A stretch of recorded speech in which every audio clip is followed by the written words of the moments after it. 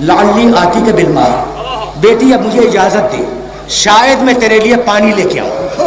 یہ سننا تھا کہ بچی نے باپ کے دونوں چانے تھام لیے، کہا بابا تمہیں اجازت نہیں دوں گی۔ چچا عباس بھی یہی وعدہ کر کے گئے تھے۔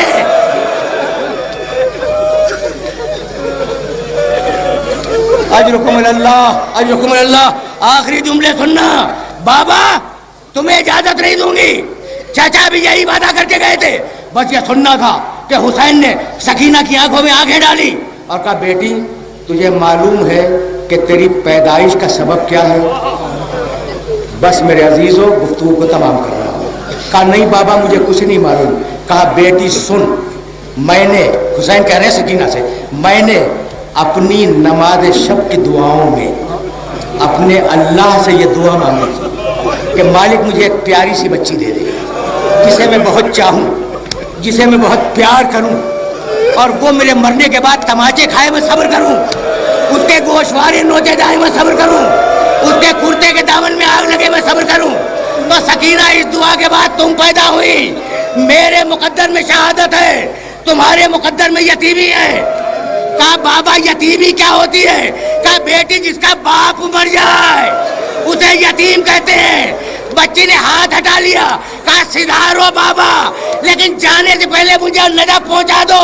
کہا بیٹی نجف جا کے کیا کرے گی؟ کہا دادا کی قبر پہ لیٹ جاؤں گی، کہوں گی دادا تم تو آرام سے سو رہے ہو، کربلا میں آ کر اولاد کی حالت ہے۔